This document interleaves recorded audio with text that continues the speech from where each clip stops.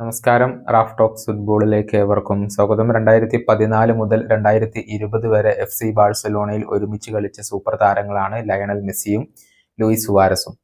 പിന്നീട് സുവാരസിന് FC Barcelona വിടേണ്ടി വരികയായിരുന്നു. പക്ഷേ വർഷങ്ങൾക്ക് ശേഷം ഇരുവരും ഇപ്പോൾ ഒരുമിച്ചിട്ടുണ്ട്. നമുക്കറിയാം, അമേരിക്കൻ ക്ലബ്ബായ ഇന്റർ മയാമിക്ക് വേണ്ടിയാണ് മെസ്സിയും സുവാരസും ഇപ്പോൾ കളിക്കുന്നത്.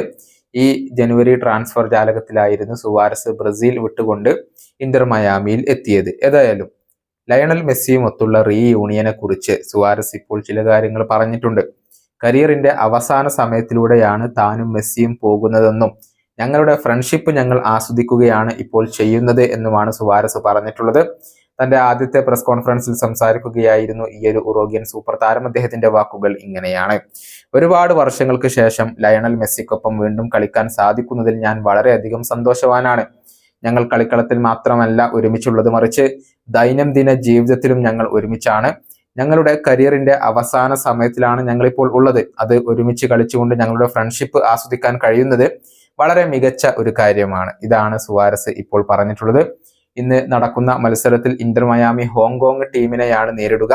ഇന്ന് രാത്രി ഇന്ത്യൻ സമയം 1:30 ഈ ഒരു മത്സരം നടക്കുക. പ്രീ സീസൺ സൗഹൃദ മത്സരങ്ങളിൽ ഇതുവരെ ഒരൊറ്റ വിജയം പോലും നേടാൻ ഇന്റർ മയാമിക്ക് കഴിഞ്ഞിട്ടില്ല. ആകെ കളിച്ച 4 മത്സരങ്ങളിൽ 3 തോൽവിയും 1 സമനിലയുമായിരുന്നു അവരുടെ മത്സരഫലം. ഈ വീഡിയോ അവസാനിപ്പിക്കുന്നു. കാണാം.